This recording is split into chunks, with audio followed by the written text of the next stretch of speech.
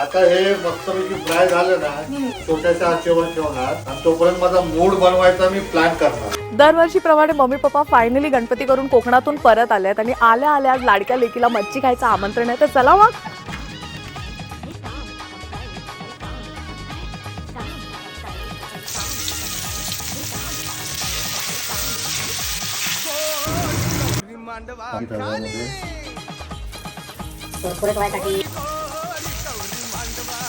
आमच्याकडे सगळे शेफ आहेत. शेफ म्हणण्यापेक्षा मच्छी खावायचं. कोकणी ना आम्ही.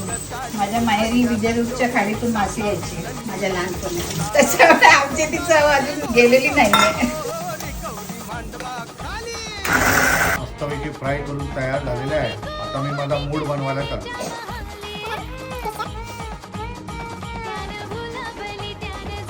आंघोळ करून पाण्याने प्रोजेक्ट संपवायचा. तिथे मस्तपैकी तंदुरुस्त जेवायचं.